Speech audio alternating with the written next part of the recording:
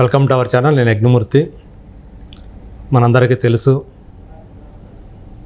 నిన్ననే అంటే జూన్ 9వ తేదీన కేంద్ర మంత్రివర్గం ప్రమాణ స్వీకారం చేసింది ప్రధాని నరేంద్ర మోదీతో సహా. అయితే ఇప్పుడు లోక్సభ స్పీకర్గా ఎవరవుతారు? సో టీడీపీ నుంచి అంటే మిత్రపక్షాల్లో, బీజేపీ మిత్రపక్షాల్లో అత్యధిక సీట్లు గెలుచుకున్నటువంటి పార్టీగా తెలుగుదేశం నిలిచింది, 16 లోక్సభ సీట్లను గెలుచుకొని. సో ఈ నేపథ్యంలో లోక్సభ స్పీకర్ పదవిని టీడీపీ అడిగే అవకాశం ఉంది. ఒకవేళ టీడీపీ కనుక లోక్సభ అభ్యర్థిని స్పీకర్గా తమ అభ్యర్థిని కనుక ఎవరినన్నా కనుక ఎంచుకుంటే కాంగ్రెస్ పార్టీ సపోర్ట్ చేస్తుంది అంటూ సోషల్ మీడియాలో అలాగే నేషనల్ మీడియాలో ఒక ప్రచారం ఊపందుకుంటూ ఉంది. మిత్రపక్షాలకి బీజేపీకి మధ్య చిచ్చు పెట్టే వ్యవహారం ఒకటి నడుస్తూ ఉందని చెప్పేసి మరోపక్క దీనిని కొంతమంది అంటే రాజకీయ లబ్ధి కోసమే కాంగ్రెస్ ఇలాంటి పనులన్నీ కూడా చేస్తూ ఉందని చెప్పేసి కూడా ప్రచారం చేస్తున్న సందర్భంలో అసలు లోక్సభ అసెంబ్లీ స్పీకర్గా ఎవరయ్యే అవకాశం ఉంది? నిజంగా తెలుగుదేశం పార్టీ వాళ్ళు దాన్ని కోరుకుంటున్నారా? నరేంద్ర మోదీ మనసులో ఎవరున్నారు? ఎవరయ్యే అవకాశం ఉంది స్పీకర్గా? ఈ అంశాలు మనతో మాట్లాడటానికి సీనియర్ జర్నలిస్ట్ అలాగే రాజకీయ విశ్లేషకులు దుర్గా కుమార్ గారు ఉన్నారు. నమస్తే సార్. నమస్కారం యజ్ఞమూర్తి గారు, మన వీక్షకులు కూడా నమస్కారం. ఎవరు లోక్సభ స్పీకర్ ఈసారి? అంటే బీజేపీ పార్టీకి మనకు తెలుసు 240 సీట్లు వచ్చినాయి. సో కాబట్టి మిత్రపక్షాలన్నిటితో కలుపుకొని ప్రభుత్వాన్ని ఏర్పాటు చేసింది. 11 అంటే మంత్రి పదవుల్లో 11 పదవుల్ని మిత్రపక్షాలకి అప్పచెప్పింది. సో ఈ నేపథ్యంలో మరి స్పీకర్ ఎవరవుతారు? వేరే మిత్రపక్షాల్లో ఎవరికైనా ఆ స్థానాన్ని కేటాయిస్తారా? అందులో తనకి ఎక్కువ మంది 16 మంది లోక్సభ సీట్లను అందించినటువంటి మిత్రపక్షంగా తెలుగుదేశం పార్టీకి దానికి అవకాశాలు ఉన్నాయి, ఇచ్చే అవకాశం ఉందా? సో కాంగ్రెస్ కూడా దీన్ని ఉపయోగించుకుని అంటే ఈ రెండింటి పార్టీల మధ్య లేదా మిత్రపక్షాలకి బీజేపీకి మధ్య గొడవలు పెట్టడానికి సాధ్యమైనంత వరకు దీన్ని ఉపయోగించుకోవడానికి చూస్తున్నట్టుగా కనిపిస్తూ ఉంది. మీరేమంటారు? ఎప్పుడైనా ప్రతిపక్షం అధికార పక్షానికి రెడ్ కార్పెట్ పరిచి స్వాగతం పలకదండి. ప్రతిపక్షం అంటేనే ఏ అవకాశం వచ్చినా మళ్ళీ ఆ స్థానాన్ని ఆక్రమించడానికి ప్రయత్నిస్తాను, ఏదో రకంగా దాన్ని వివాదాస్పదం చేయటమో ఏదో ఒకటి. అంతేగాని స్మూత్గా శైలి చేయనిస్తే ప్రతిపక్షం ఎందుకండి? అందులో కాంగ్రెస్ చాలా సీనియర్ పార్టీ, అది ఉన్న అన్ని పార్టీల కన్నా అన్ని సిచ్యువేషన్స్ని చూసింది, అనుభవించింది, అనుభవం ఉంది. కాబట్టి ప్రతి అవకాశాన్ని వాళ్ళ రాజకీయ స్వప్రయోజనానికి మలుచుకునే ప్రయత్నం చేస్తారు. ఒకవేళ కనుక ఏది జరగని పరిస్థితుల్లో మ్యాగ్నానిమస్గా గాలికి పోయే పేలపిండి కృష్ణార్పణం అంటారు చూసారా, వాళ్ళు ఏమీ చేయలేని పరిస్థితుల్లో మ్యాగ్నానిమస్గా మేము కూడా మీకు సపోర్ట్ చేస్తాం అంటారు. ఎందుకంటే వాళ్ళు విడిగా చేసి ఆపగలిగే పరిస్థితి ఏం లేదు. వాళ్ళు చెయ్యి అడ్డు పెట్టి సూర్యకాంతిని ఆపలేరు అంటారు చూసారా, వాళ్ళు సూర్యకాంతిని ఆపలేనన్నప్పుడు సూర్యకాంతిని మేము ఆహ్వానిస్తున్నాం, మేము చేయి పెట్టమంటారు. అప్పుడు నువ్వు పెట్టినా పెట్టకపోయినా ఆ సూర్యకాంతి ఆగదు. అట్లా వాళ్ళకి ఏమీ చేయలేని పరిస్థితి కనుక ఉన్న రోజు మ్యాగ్నానిమస్గా మేము సహకరిస్తాము, బాధ్యత గల ప్రతిపక్షం. కానీ ఒక నేషన్ ముందు ఒక మ్యాగ్నానిమిటీని ప్రదర్శిస్తారు, హుందాతనాన్ని కాపాడు. ఒకవేళ ఏమాత్రం అవకాశం ఉంటే కాల్ బ్రేక్ వేయగలిగితే వేస్తారు. ఇప్పుడు ఇది కూడా అట్లాంటి సిచ్యువేషన్.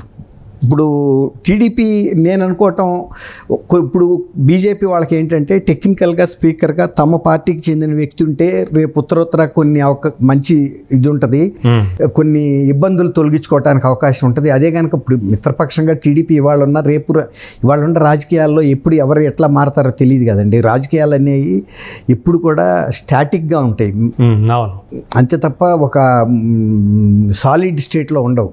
మార్పులు జరుగుతూ ఉంటాయి రాజకీయాల్లో, అనేక రకాల చాలా ఈక్వేషన్స్ ఉంటాయి, మారిపోతాయి, ఎవరి ప్రయోజనాలు వాళ్ళకు ఉంటాయి, మారుతాయి.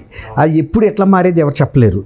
కాబట్టి వీలున్నంతవరకు వాళ్ళు పార్టీకి సంబంధించిన గతంలో బీజేపీ పార్టీ ఉన్నప్పుడు ఈయనున్నాడు బాలయోగి గారు. కానీ మారుతున్న కొద్ది రాజకీయాల్లో కూడా కొన్ని ఈక్వేషన్స్, సాంప్రదాయాల్లోనూ ఆలోచన విధానంలో మార్పు వస్తుంది. కాబట్టి బీజేపీ వాళ్ళు స్వయంగా అభ్యర్థి పెట్టుకునే ప్రయత్నం అయితే చేస్తారు. ఇప్పుడు ఇక్కడ ఇంకొకటి, ఈసారి తెలుగు వాళ్ళకు వచ్చే అవకాశం ఉందా అంటే టీడీపీయే కాకపోవచ్చు. సో పురంధేశ్వరి గారు ఉన్నారు, ఆమెకి చాలా రాజకీయ అనుభవం ఉంది. సో కేంద్ర మంత్రిగా కూడా ఒక పనిచేసిన వాళ్ళే.